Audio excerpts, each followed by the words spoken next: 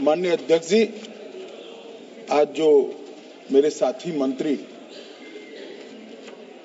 Bill लेकर आए हैं उसके समर्थन में मैं खड़ा हुआ। माननीय अध्यक्ष जी, मैं सुबह से जो चर्चा चल रही है 12 बजे से। ओके एक मिनट चेक कराता हूँ। हाँ एक सेकंड चेक कराता हूँ। एक सेकंड में करा रहे हैं, चेक करा रहे हैं। मानेंगे माननीय अध्यक्ष जी, 2 मिनट लगता है कभी। सुबह से जो चर्चा चल रही है उसको मैंने बारीकी से सुना है। मुझे लगता है या तो निर्दोष भाव से या तो राजनीतिक कारणों से ढेर सारी भ्रांतियां कई सदस्यों के मन में भी है और कई सारी भ्रांतियां सदन के माध्यम से, आपके माध्यम से पूरे देश भर में फैलाने का प्रयास भी हो रहा है। बिल पर चर्चा का जवाब तो माननीय रिज्जू साहब देंगे। मैं कुछ बातें यहां रखी है, इसको मेरी समझ के हिसाब से क्लैरिफाई करने का जरूर प्रयास करूंगा। ये वक्त एक अरबी शब्द है। वक्त का इतिहास मान्यवर कुछ हदीसों से जुड़ा हुआ मिलता है और आजकल जिस अर्थ में वक्त शब्द का प्रयोग किया जाता है, इसका मतलब है अल्लाह के नाम पर संपत्ति का दान, पवित्र धार्मिक उद्देश्यों के लिए संपत्ति का दान। मान्यवर वक्त का समकालीन अर्थ, अभी जो अर्थ हम समझ रहे हैं, वो इस्लाम के दूसरे खलीफा श्री उमर के समय में अस्तित्व में आया। एक प्रकार से इसकी आज की भाषा में व्याख्या करें तो वक़्फ़ एक प्रकार का चैरिटेबल एंडोनमेंट है और जहां एक व्यक्ति संपत्ति, भूमि या मूल्यवान संपत्ति धार्मिक या सामाजिक भलाई के लिए दान करता है बिना उसको वापस लेने के उद्देश्य से, वहां वक्फ की रचना करती। इसमें दान देता है, वो शब्द का बड़ा महत्व है। दान उस चीज का ही कर्ज किया जा सकता है जो हमारा है। सरकारी संपत्ति का दान मैं नहीं कर सकता। मान्यवर किसी और की संपत्ति का दान मैं नहीं कर सकता। दान उसी चीज का किया जाता है जो हमारा है। मान्यवर इसी विषय पर ये सारा जो बहस चल रहा है भारत का जहां तक सवाल है, दिल्ली में सल्तनत काल के प्रारंभ में मुइज़ुद्दीन घोरी के समय पर पहली बार वक्फ अस्तित्व में आया। अंग्रेजों के जमाने में 1863 के धार्मिक दान अधिनियम से चलता था। बाद में चैरिटेबल प्रॉपर्टीज एक्ट 1890 से चला। उसके बाद 1913 में मुसलमान वक्फ वैलिडेटिंग एक्ट अस्तित्व में आया। तब तक ये सारी प्रक्रियाएं चैरिटेबल एक्ट के तहत चलती थी। मान्यवर आजादी के बाद वही एक्ट को 1954 में वक्फ के केंद्रीकरण के लिए बदला गया।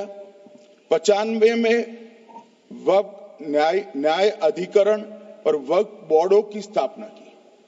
अब ध्यान से सुनिएगा मान्यवर, वक्फ परिषद और वक्फ बोर्ड ये 1995 से आए। ये पूरा झगड़ा जो चल रहा है, आपने नॉन हिंदू को रख दिया और नॉन मुस्लिम को रख दिया, गैर मुस्लिम को रखा। वो झगड़ा वक्फ में दखल करने का है। पहले तो वक्फ में कोई गैर इस्लामिक सदस्य आएगा ही नहीं।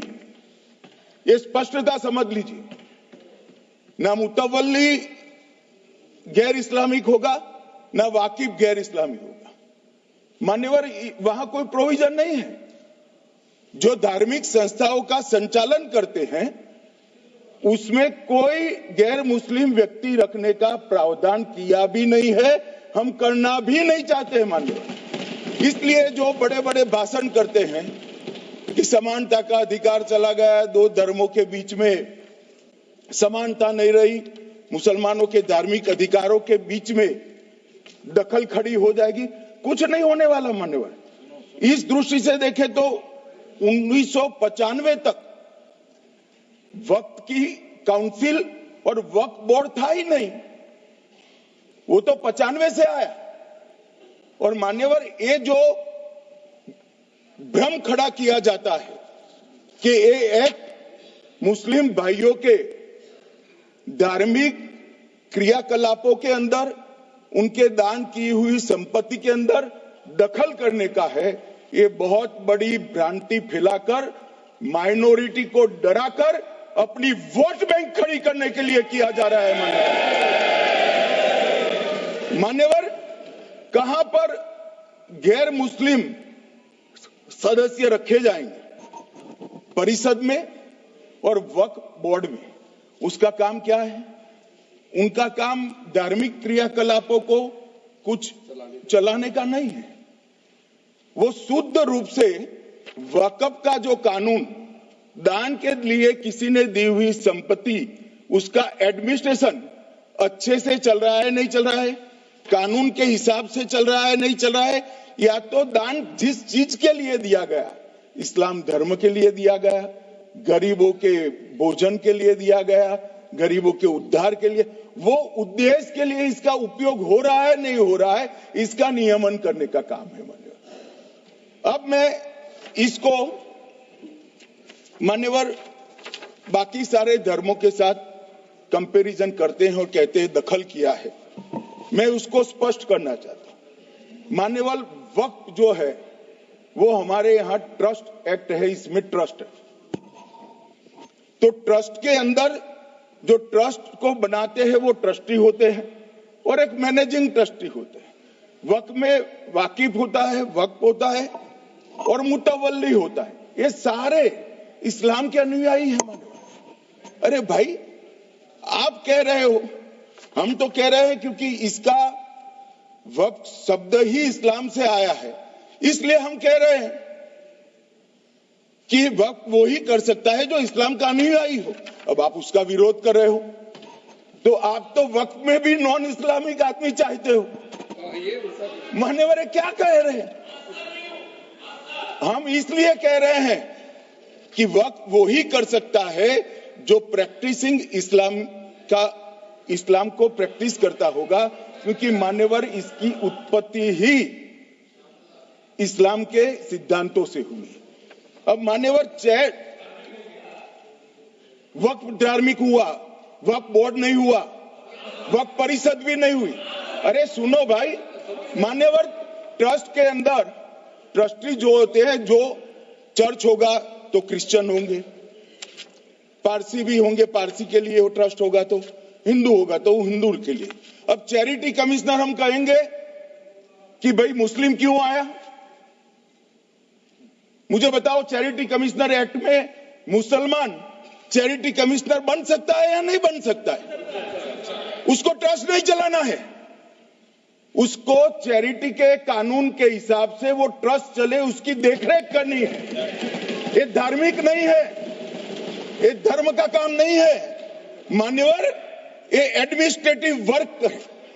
और इसलिए तो फिर चैरिटी कमिश्नर हिंदू होगा तो वो क्रिश्चियनों के ट्रस्ट का कैसे देखरेख करेगा? चैरिटी कमिश्नर क्रिश्चियन होगा तो जैनियों के और हिंदुओं के ट्रस्ट का कैसे देखरेख करेगा? अब बताओ कि सारे ट्रस्ट के चैरिटी कमिश्नर अलग अलग बन, देश तोड़ दोगे आप लोग, तोड़ दोगे। हमने साहब, मैं अभी भी आपके माध्यम से, इस सदन के माध्यम से देश भर के मुसलमान भाइयों बहनों को कहना चाहता हूं, आपके वक्फ में एक भी नॉन मुस्लिम नहीं आएगा। ये एक्ट में ऐसा कोई प्रावधान नहीं। मगर जो वक्फ बोर्ड है और वक्फ परिषद है, उसका काम क्या है? वक्फ की संपत्तियां मान्यवर बेच खाने वाले लोगों को पकड़कर इसके बाहर निकालने का। वक्फ के नाम पर औने पौने दाम में संपत्तियों को 100 साल तक किराए पे देने वाले लोगों को पकड़ना है। वक्फ का जो पैसा होता है, इनकम जो गिरती जा रही है, जिसके माध्यम से माइनॉरिटी का विकास करना है, माइनॉरिटी को आगे बढ़ाना है, इस्लाम धर्म की सारी धार्मिक संस्थाओं को पुख्ता करना है। ये पैसा जो चोरी होता है ना, उसको पकड़ने का काम वक्फ बोर्ड, वक्फ परिषद करे। और मान्यवर वो चाहते हैं कि इनके राज में जो मिलीभगत चली वो चलती रहे। ये नहीं चलेगी, ये नहीं चलेगी। और मान्यवर मैं आज आपको बताना चाहता हूं क्या स्थिति हुई है। मान्यवर सबने कहा, रिपीटेशन भी होगा, परंतु मैं कहना चाहता हूं मान्यवर कि वक्फ के 2013 में जो अमेंडमेंट्स आए, अब बिल किरण भाई का है, मगर मैं कह सकता हूं कि वक्फ का 2013 का अमेंडमेंट न किया होता तो ये बिल लाने की शायद जरूरत न पड़ती। सब कुछ अच्छा चलता था। 14 में चुनाव आने वाला था, 13 में रातों रात तुष्टीकरण करने के लिए वक्फ कानून को एक्सट्रीम बना दिया गया। और मान्यवर इसके कारण क्या हुआ? इसके कारण दिल्ली लुटियन की 123 वीवीआईपी संपत्ति कांग्रेस सरकार ने जब चुनाव मुहाने पर थे, 25 दिन दूर था, वक्फ को देने का काम कर दिया। दिल्ली वक्फ बोर्ड ने उत्तरी रेलवे की भूमि वक्फ के नाम घोषित कर दी। हिमाचल में वक्फ की संपत्ति बताकर उस पर अवैध मस्जिद बनाने का काम किया। 250 हेक्टेयर क्षेत्रफल वाले 12 गांव पर वक्फ का स्वामित्व हो गया तब तमिलनाडु में।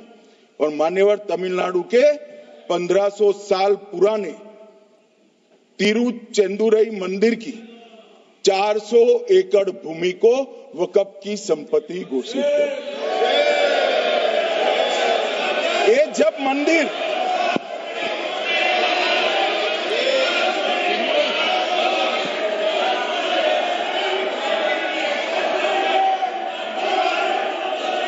आपको मौका मिले जब अपनी बात कह देना, प्लीज बैठिए।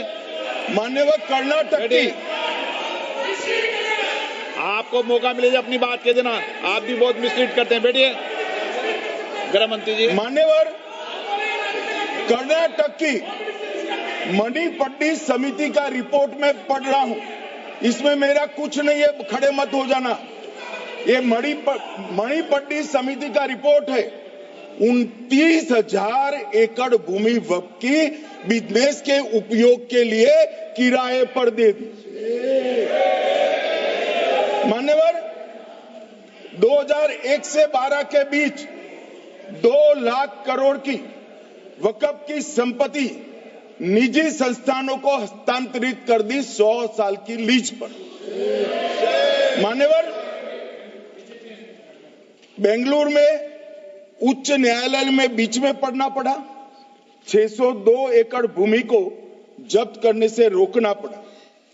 विजयपुर कर्नाटक के होनवाड़ गांव की 1500 एकड़ भूमि पर दावा कर उसको विवाद में डाला और 500 करोड़ की संपत्ति जिस भूमि का मूल्य है, वहां 5 स्टार होटल को महीने 12,000 रुपए के किराए से दे दिया। अब मान्यवर ये कहते हैं कि इसका हिसाब किताब न करो, इसकी देखरेख न करो। भाई ये पैसा जो है देश के गरीब मुसलमान का है, ये गन्ना सोटों की चोरी के लिए नहीं, ये इसको रोकने के लिए। और इनके जो ठेकेदार बैठे हैं मान्यवर, ये यहाँ गरज गरज कर बोलते हैं, कुछ तो समझे बगैर बोलते हैं, कुछ समझ कर बोलते हैं। उनको लगता है कि इससे हम जीत जाएंगे। मान्यवर, कर्नाटक में दत्तापीठ के मंदिर पर क्लेम किया, तालीपरंबा 75 साल पुराने एक दावे के आधार पर 600 एकड़ जमीन का दावा किया और ईसाई समुदाय की भी ढेर सारी जमीनों पर कब्जा कर लिया गया। मान्यवर, आज देश के कई गणमान्य चर्च और चर्च के समूह वक्फ बिल का समर्थन कर रहे हैं। उनको लगता है कि इसका विरोध कर हम मुस्लिम भाइयों की सिंपैथी जीतकर अपनी वोट बैंक पक्का करेंगे, उसमें कोई फायदा नहीं होगा अखिलेश। इसलिए कि 4 साल में मुस्लिम भाइयों को मालूम पड़ जाएगा कि ये कानून तो उनके फायदे में है। और इसके साथ ये दक्षिण के सारे जो सांसद बोल रहे हैं, अपनी अपनी कॉन्स्टिट्यूएंसी में सारे चर्च को मान्यवर नाराज कर रहे हैं, उनको पता नहीं, सारे चर्च को नाराज करें। सारे चर्च ने रिजोल्व किया है कि हम खिलाफ इसका हम समर्थन करते हैं। मान्यवर, तेलंगाना में 66,000 करोड़ की 1700 एकड़ जमीन पर दावा कर दिया। असम में मोरीगांव जिले की 134 एकड़ भूमि पर दावा हुआ। बिहार का मैं लालू जी के कोर्ट के साथ बाद में बताता हूं। गुरुद्वारा से संबंधित हरियाणा की 14 मरला भूमि को वक्फ को सौंप दिया। और मान्यवर, प्रयागराज में चंद्रशेखर आजाद पार्क को भी वक्फ घोषित किया।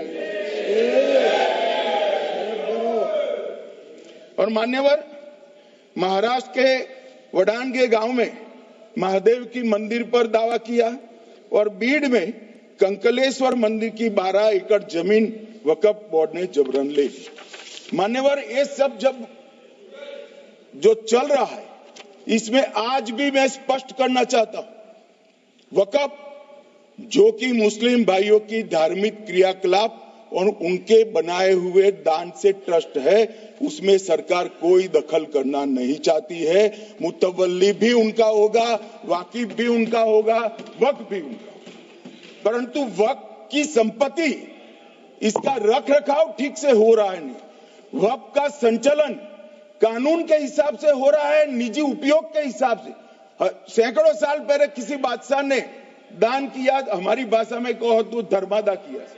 अब इसकी संपत्ति को आप 12,000 रुपये में 5 सितारा होटल बनाने के लिए दे देते हो, ये उचित है क्या भाई? वो पैसा गरीब मुसलमान के कल्याण के लिए करिए, तलाकशुदा महिलाओं के कल्याण के लिए करिए, जो अनाथ बच्चे हैं उसके कल्याण के लिए करिए।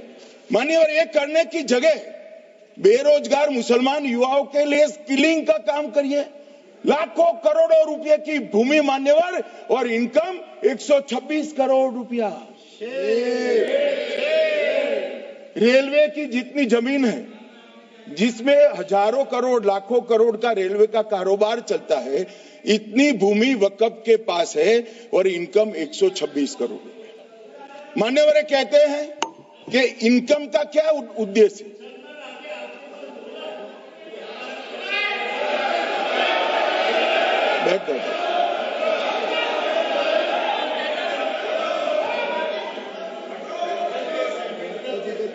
मान्यवर, मैं दादा की टेंशन समझ रहा हूं, ये बंगाल के मुसलमान भी सुन रहे हैं, तो उनको टेंशन होना स्वाभाविक है।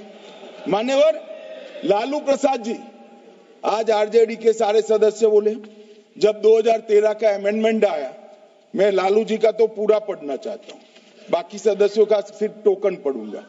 लालू जी ने क्या कहा? मैडम, सरकार जो यह संशोधन विधेयक पेश किया है, सरकार की पहल का हम स्वागत करते हैं। शाहनवाज हुसैन जी और अन्य माननीय सदस्यों ने अपनी बातों को यहां रखा, मैं उसका समर्थन करता हूं। आप देखिए सारी जमीनें हड़प ली गई है, चाहे सरकारी हो या गैर सरकारी। वक्फ बोर्ड में जो काम करने वाले लोग हैं उनके द्वारा सारी प्राइम लैंड को बेच दिया गया है। पटना में ही डाक बंगले की जितनी प्रॉपर्टी थी सब पर अपार्टमेंट बन गए। इस तरह की काफी लूट खसोट हुई है।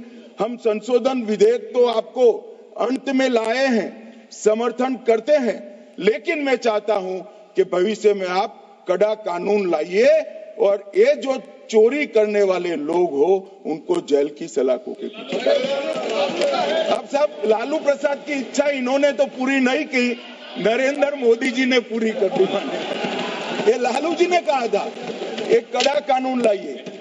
मान्यवर शरीफुद्दीन शरीफ उन्होंने कहा मंत्री जी समझते हैं कि शायद इससे मुसलमानों का वोट मिल जाएगा, लिहाजा मुसलमान लोगों ने भी खुद ही तबाही मचाई है, इसलिए मैं गुजारिश करूंगा कि इसके लिए आप सख्त कानून बनाइए, उनके हाथों में हथकड़ियां पहनाइए और जो उनके कब्जे किए हैं वो जमीनों बेचकर गरीब और तलाकशुदा मुस्लिम बहनों का कल्याण करिए। इसके बाद श्री हमीदुल्लाह सैयद लक्षद्वीप से थे, उनका भी इसी टोन का भाषण है।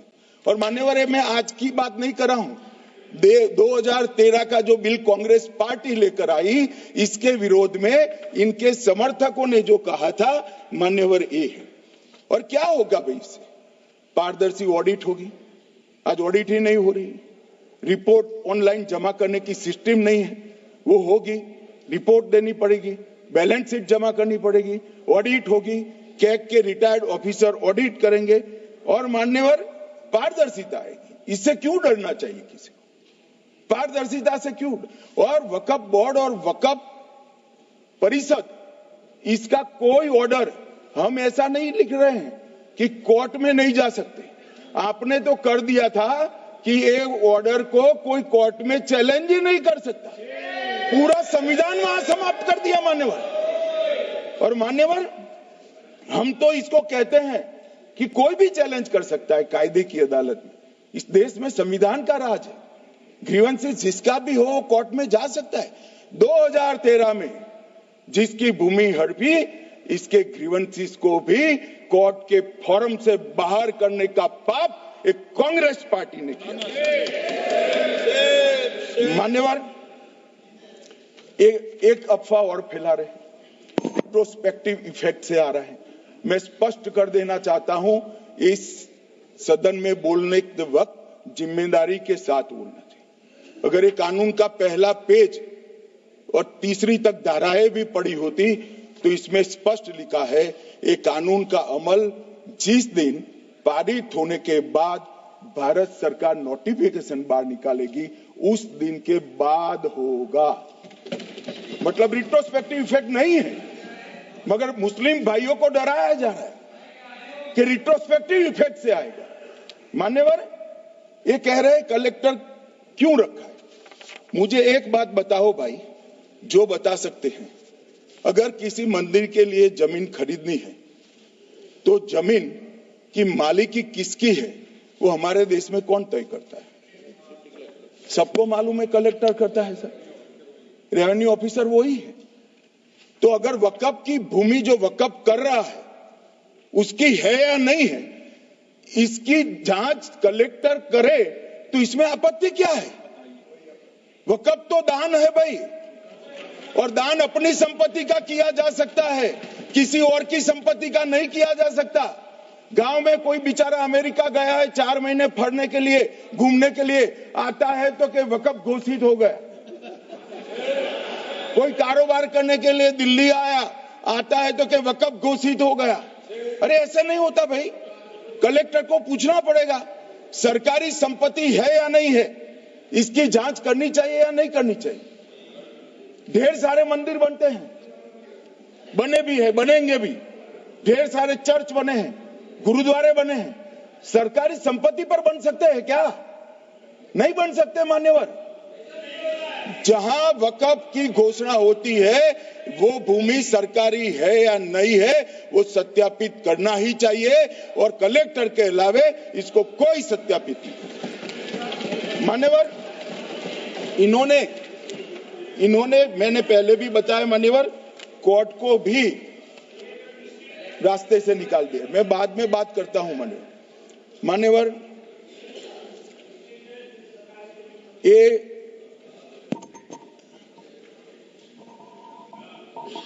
मान्यवर एक उपयोग के आधार पर वक्त की समाप्त। मान्यवर ये कह रहे हैं कि सैकड़ों सालों से वहां प्रैक्टिस है। अब वो तो वक्फ रजिस्टर हो गया, आपने घोषित कर दिया, वक्फ में रजिस्टर भी हो गया, अब इसका सवाल नहीं है। मगर सैकड़ों साल की प्रैक्टिस, मुगलों के समय की प्रैक्टिस आज घोषित की जा सकती है क्या? अगर वहां नमाज पढ़ रहे हैं तो लोग देखते होंगे, कब्रिस्तान होगा लोग देखते होंगे, दरगाह होगी तो लोग देखते होंगे, और घोषित भी हो चुका होगा, रजिस्टर भी हो चुका होगा। अब अगर आप वक्फ घोषित करना है तो उसको ऐसे नहीं कर सकते मान्यवर, अधिकृत करना चाहिए। मान्यवर, जो दूसरा सुधार लेकर आए किरण जी, वो ही है कि धारा 36 में वक्फ संपत्तियों को बिना किसी स्पष्ट प्रक्रिया से, मालिकी की प्रक्रिया से पंजीकृत नहीं किया जा सकता। मान्यवर, अपील का प्रावधान वर्तमान में अधिनियम में ट्रिब्यूनल के निर्णय के खिलाफ अपील करने का कोई प्रावधान नहीं है। ये दृष्टिभ्रम खड़ा कर रहे थे गोगाई जी कि हाईकोर्ट में जा सकते। हाईकोर्ट में सिविल सूट नहीं जा सकता, रीट के अधिकारों का उपयोग कर हाईकोर्ट में जा सकते हैं। सिविल सूट में ज्यादा प्रोटेक्शन मिलता है मूल मालिक को। आपने सिविल सूट को खत्म कर दिया था। रीट के जुडिक्शन बहुत सीमित है, हम सब जानते हैं कि ये सीमित कर दिया गया था, आप भी जानते हो, मगर आपको वोट बैंक चाहिए। मान्यवर, ये हमारा स्पष्ट सिद्धांत है भारतीय जनता पार्टी की, मोदी सरकार का, कि वोट बैंक के लिए हम कोई कानून नहीं लाए। कानून न्याय के लिए होता है, कानून लोगों के कल्याण के लिए होता है। इन्होंने कहा कैसे कैसे कानून आए हैं, मैं बता देता हूं सब। अभी कांग्रेस के महासचिव और माननीय सदस्य कह रहे थे क्या कानून आ रहे हैं, सब किस प्रकार के कानून आ रहे हैं। मान्यवर, इसी सदन में नरेंद्र मोदी सरकार ही महिलाओं को 33% आरक्षण का कानून लाई। इसी सरकार में पिछड़ों को संवैधानिक अधिकार दिया गया। मान्यवर, इसी सरकार में बजट जो आए, इसमें गरीबों को गैस, शौचालय, पानी, 5 लाख तक का बीमा, 5 किलो अनाज, बिजली और घर दिए गए। मान्यवर, और कन्वर्जन कानून की बात करते थे और हंसते हंसते कहते थे कर्नाटक सरकार कन्वर्जन कानून लेकर आई है। सबसे पहला कन्वर्जन कानून उड़ीसा और मध्य प्रदेश में कांग्रेस सरकार लेकर आई, मगर उस वक्त कांग्रेस सरकार तुष्टीकरण की नीति पर नहीं चलती थी, महात्मा गांधी के सिद्धांतों पर चलती थी। मध्य प्रदेश और उड़ीसा में सबसे पहला कन्वर्जन के खिलाफ कानून कोई लाया तो कांग्रेस पार्टी लाई, और मुझे गर्व है मेरी पार्टी की सरकारें कन्वर्जन पर कानून लाती। मान्यवर, सबको अपना धर्म का अनुसरण करने का अधिकार है, कोई शौक से करे, मगर लोभ, लालच, भय, इससे धर्म परिवर्तन नहीं कराया जा सकता। किसी गरीब के पास खाना नहीं है, खाना देकर उसका धर्म बदला दोगे? कोई थोड़ा कम पढ़ा लिखा व्यक्ति है, उसका धर्म बदला दोगे? ऐसे नहीं होगा मान्यवर। और आपने भी किए हैं कानून, आप नए नए आए हो, आपको मालूम नहीं है मान्यवर, इनको मालूम नहीं, अभी अभी आए हैं 5 साल से। ये कांग्रेस पार्टी ने कानून किए थे मान्यवर। अपील का प्रावधान भी हमने आगे बढ़ाया, और गैर मुसलमानों के द्वारा दान की गई संपत्तियों पर, गैर मुसलमानों की दान की संपत्तियों पर वक्फ अधिनियम को हमने लगने से मना कर दिया। माने उनके लिए चैरिटी कमिश्नर का कायदा है। ये प्रैक्टिसिंग इस्लाम, जो इस्लाम की प्रैक्टिस करते हैं, इसीलिए मान्यवर हमने ओवरराइडिंग इफेक्ट को भी समाप्त कर दिया। मान्यवर, ट्रस्ट का नियमन करने का जो कानून होता है, जैसे चैरिटी कमिश्नर के कानून में कोई ओवरराइडिंग इफेक्ट नहीं है। जहां क्लासेस आते हैं वहां ओवरराइडिंग इफेक्ट होती है। यहां ओवरराइडिंग इफेक्ट इसलिए देगी कि आप जिसकी संपत्ति हड़पी जाएगी उसको कोर्ट से जाने से रोकना चाहते थे, इसलिए ओवरराइडिंग इफेक्ट जो हमने मान्यवर निकाल दिया है। मान्यवर, एक ऐसी चर्चा लेकर आए कि चर्चा नहीं। मैं आपको बताना चाहता हूं 2013 में जो अमेंडमेंट बिल आया, जिसके कारण ये बिल लाना पड़ा, वो बिल में कुल मिलाकर 5.4 घंटे चर्चा हुई थी, 5.5 घंटे दोनों सदन मिलाकर। और इस बिल में दोनों सदन मिलाकर 16 घंटे चर्चा हो रही है मान्यवर, 16 घंटे। इसके अलावे हमने डिमांड किया समिति बनाओ, समिति भी बनाई, 38 मीटिंगें हुई, 113 घंटे चर्चा हुई, 284 हितधारक बनाए गए। वक्फ बोर्डों की संख्या जो उपस्थित वक्फ बोर्ड भी हुए राज्यों के 25 हुए, राज्य सरकार के प्रतिनिधि 15 राज्य सरकारों के आए, सांसद 8 हुए, विधायक विधान परिषद 7 हुए और अध्ययन दौरे 3 किए गए और अल्पसंख्यक आयोगों को भी 5 बुलाया गया। ये सबसे 92.68 लाख करीब 1 करोड़ सुझाव देश भर से ऑनलाइन आए। इसकी मीमांसा कर एक कानून बना है। आप ऐसे इसको खारिज नहीं कर सकते हो पूरी प्रक्रिया को। आप जो कर रहे हैं 5.5 घंटे की प्रक्रिया, ये बहुत लोकतांत्रिक प्रक्रिया है और हम 16 घंटे चर्चा करते हैं कि चर्चा आपके अनुरूप चर्चा नहीं हो सकती। इस सदन में हर सदस्य बोलने के लिए स्वतंत्र है, कोई परिवार की यहां चलती नहीं है।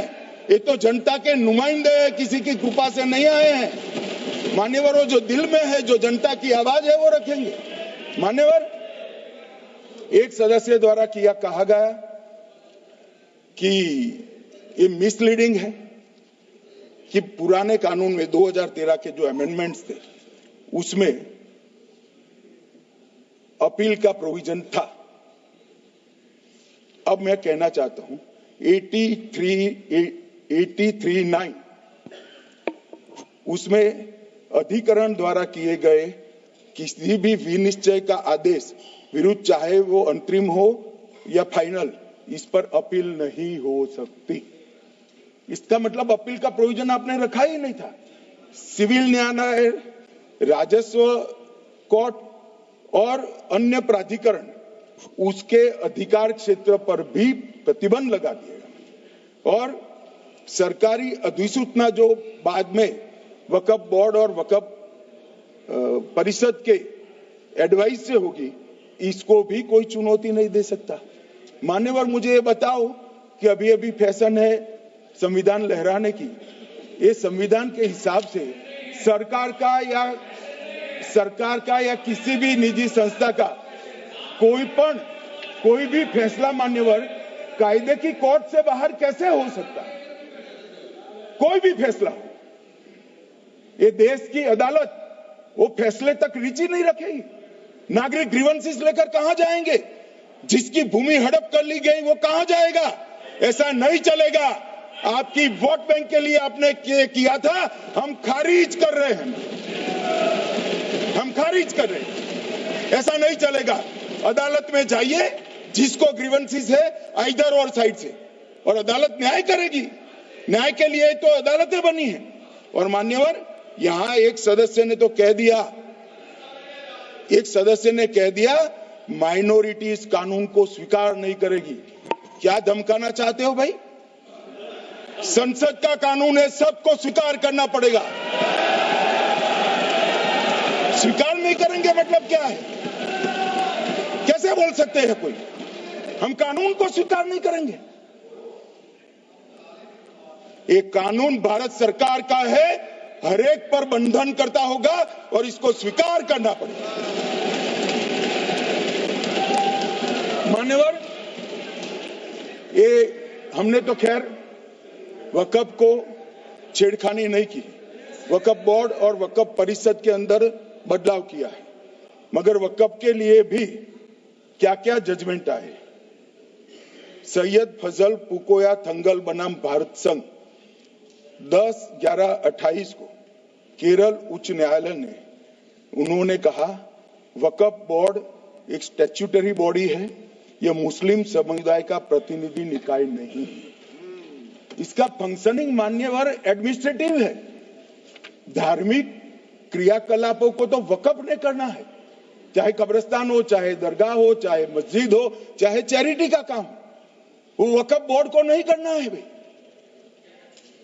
ये केरल हाईकोर्ट ने किया, इलाहाबाद हाईकोर्ट ने भी, उसने तो मुतवल्ली तक भी कहा है, मगर हम मुतवल्ली तो जो धर्म का है वही रखेंगे।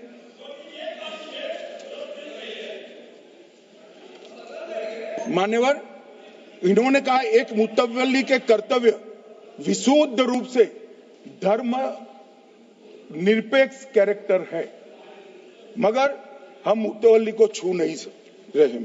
मान्यवर ये कह रहे थे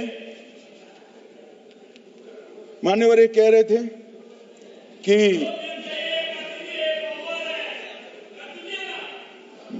मान्यवर ये कह रहे थे कि कोई गड़बड़ियां नहीं हुई। मान्यवर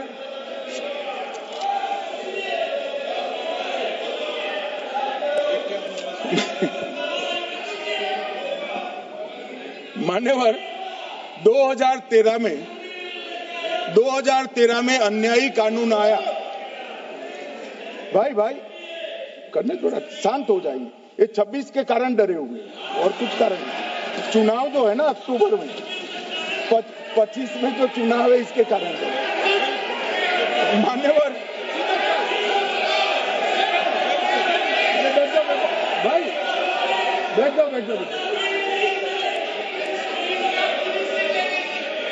मान्यवर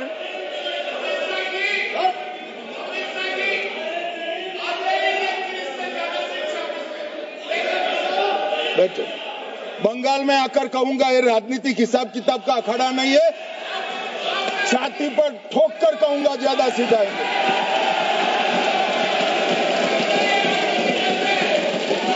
मान्यवर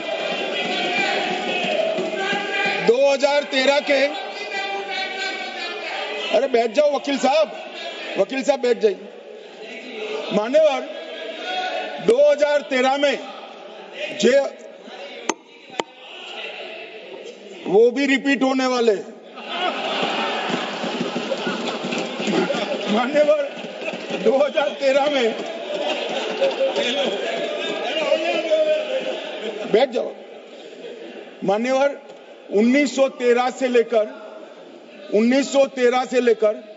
2013 तक 1913 से 2013 तक वक्फ बोर्ड का कुल एकड़ में भूमि सब वक्फ का मिलाकर 18 लाख एकड़ था।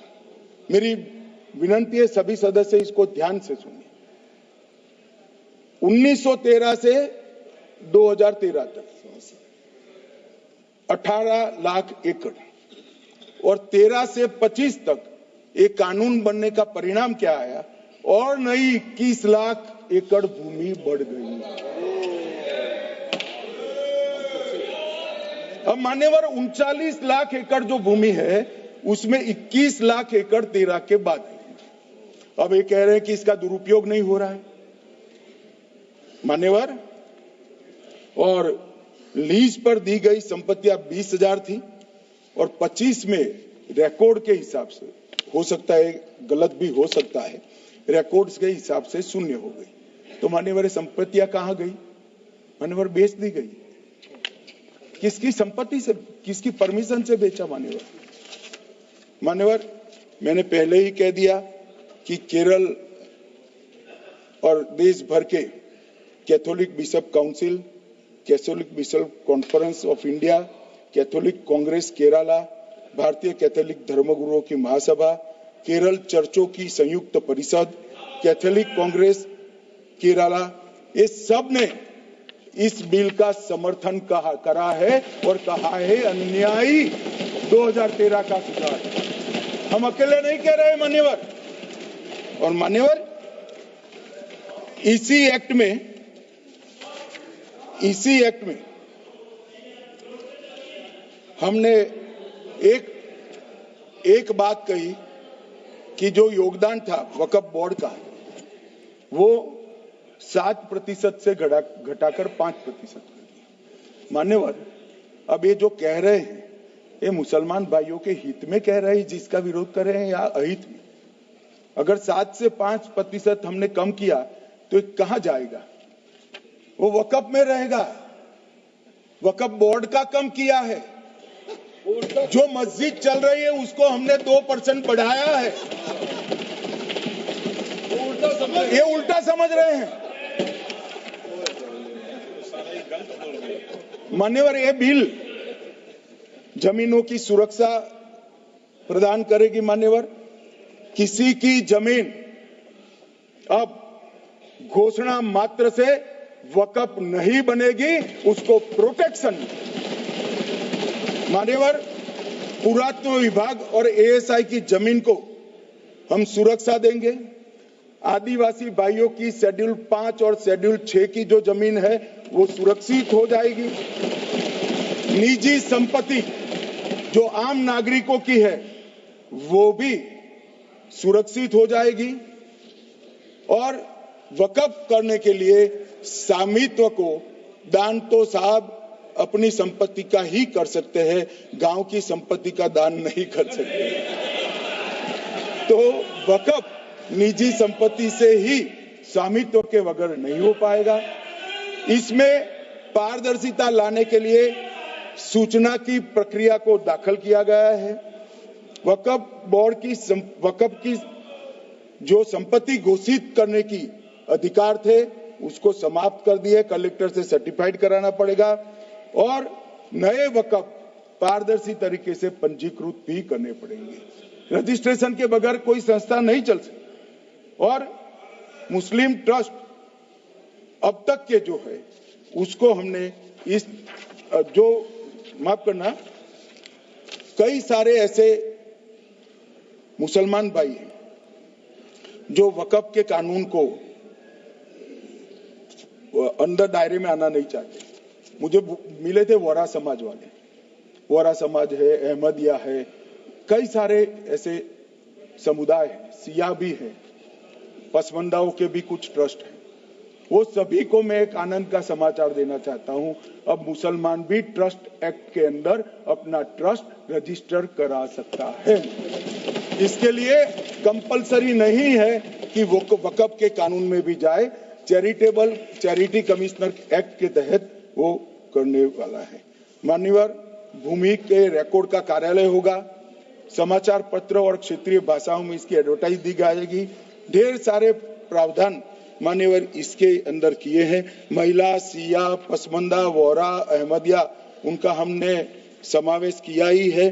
और उन्होंने कहा, मैं सुन रहा था मान्यवर, एक फैशन हो गई, राम जन्मभूमि का मंदिर बनाने की बात आई तो इस देश के अंदर खून की नदियां बह जाएगी, मुसलमान रोड पर आ जाएगा, मुसलमानों का ये हो जाएगा, वो ट्रिपल तलाक, फिर से डर, सीए आया कि मुसलमानों की नागरिकता चली जाएगी। जिन जिन ने भाषण किया है एक मुसलमान की नागरिकता गई है तो बता दो। मुसलमान भी जानता है। और मैं तो आपके माध्यम से देश के मुसलमानों को अपील करना चाहता हूं मान्यवर, मैंने बहुत झेला है। ये कहते थे कि सीए कानून मुसलमानों की नागरिकता लेने 2 साल हो गए, एक भी मुसलमान की नागरिकता गई है तो सदन के पटल पर रखी। कितना झूठ फैलाया इन्होंने। मान्यवर, धारा 370 हटाई, ये कह रहे थे मुसलमानों का ये हो जाएगा, वो हो जाएगा, फिर से उमर अब्दुल्ला जीत कर आज शासन कर रहे हैं। आतंकवाद समाप्त हो गया, विकास शुरू हो गया, पर्यटन बढ़ गया। मान्यवर, एक कांग्रेस पार्टी और उसके साथियों ने मुसलमान भाइयों को डरा डरा कर अपनी वोट बैंक खड़ी करने का काम किया। हम नहीं डरा डरा रहे हैं मुसलमानों को, आप डरा रहे हो भाई, आप कह रहे हो ये हो जाएगा। मैं कहता हूं इस देश के नागरिक को किसी भी धर्म का हो कोई आंच नहीं आएगी मान्यवर, ये नरेंद्र मोदी सरकार का सही। मान्यवर,